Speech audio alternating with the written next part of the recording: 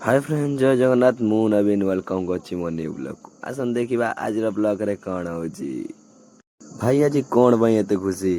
कारण भाई आज जाउछन्ती बाल यात्रा बुलिया को फाइनली भाई आसीले भाई गाड़ी रे बसी आमे चालू यात्रा को बुलिया को बाली यात्रा एने अछि को ठिकना भाई हमर गाड़ी को 1000 स्पीड लगे देले गाड़ी रे पेट्रोल कम थियारु आमे पेट्रोल टैंक रे बसिल किंतु पेट्रोल पंप रे आज बहुत भीड़ थिला भीड़ देखि कि ना हम किछ समय अपेक्षा करिया पड़िला